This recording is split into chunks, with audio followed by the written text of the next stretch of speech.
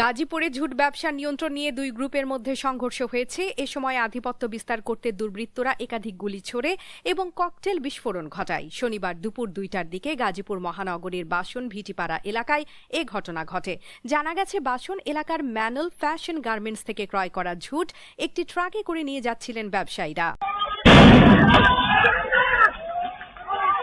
পথে ঝুট বোঝাই ট্রাক ও ব্যবসায়ীদের কাছ থেকে 3 লাখ টাকা লুট করার অভিযোগ উঠেছে। ভুক্তভোগীদের দাবি, খান ট্রেডিং এর প্রোপাইটার কৌশিক খানের সঙ্গে ম্যানুয়াল ফ্যাশনের ঝুট ক্রয় বিক্রয়ের চুক্তি ছিল। সেই চুক্তি অনুযায়ী ঝুট নিতে গেলে তারা অতর্কিত হামলার শিকার হন। অভিযোগে বলা হয়েছে, হামলাকারীরা দেশীয় অস্ত্র, বিশেষ করে রামদা নিয়ে আক্রমণ চালায়। কয়েক রাউন্ড গুলি ছোড়া হয় এবং কয়েকটি ককটেল বিস্ফোরণ ঘটানো হয়।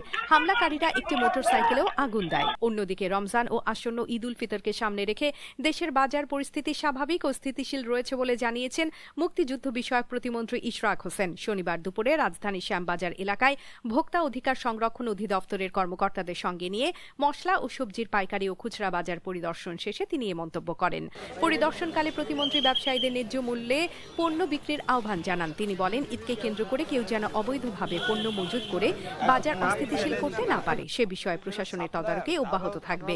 কোনো ব্যবসায়ী যেন কৃত্রিম সংকট তৈরি করতে না পারে, এই বিষয়ে সংশ্লিষ্ট সবাইকে সতর্ক থাকার নির্দেশ দেন তিনি। যে কোনো সময় যদি মনে করেন যে তারা কোনোভাবে আপনাদের জিম্মি করতেছে, যারা বড় সাপ্লায়ার বা বড় প্রডিউসার বা যারা মিল ওনার, তাইলে ওটা আমাদেরকে জানাই দিবেন, বা ভোক্তা অধিকার পরিষদের মাধ্যমে, অথবা আমাদের এখানে স্থানীয় লোকাল বিএনপি, ওয়ার্ড বিএনপি, আপনি তো চিনেন সবাইকে, একটা খবর দিবেন, কারণ আমরা ওই জায়গা থেকে যাতে প্রাইস ম্যানিপুলেশন না হয় সেটাও আমরা লক্ষ্য রাখবো।